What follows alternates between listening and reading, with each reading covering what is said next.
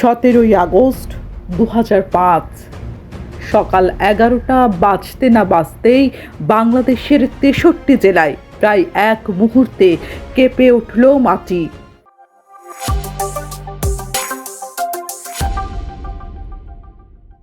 500-এর মতো ছোট ছোট বোমা, উদ্দেশ্য একটাই, সারা দেশে আতঙ্ক ছড়ানো।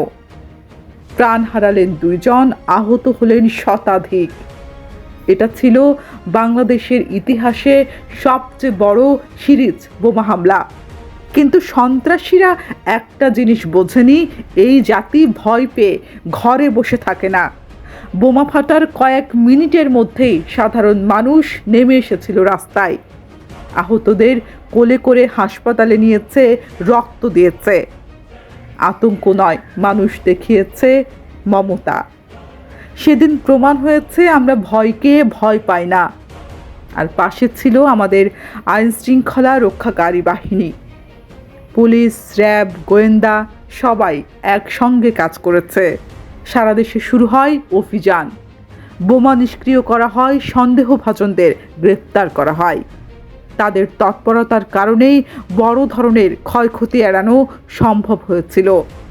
তারা বুঝিয়ে দিয়েছিল রাষ্ট্র তার নাগরিকদের রক্ষা করতে জানে।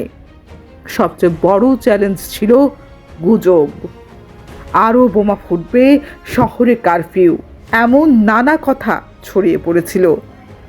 কিন্তু মানুষ গুজবে কান দেয়নি, যাচাই করেছে, একে অপরের পাশে দাঁড়িয়েছে।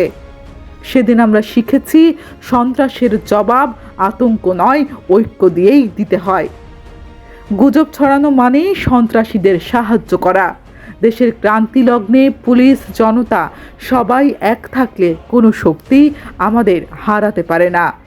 17ই আগস্ট আমাদের কাঁদিয়েছে, কিন্তু ভাঙতে পারেনি। কারণ আমরা বাংলাদেশি, আমরা রক্ত দিয়ে স্বাধীনতা কিনেছি।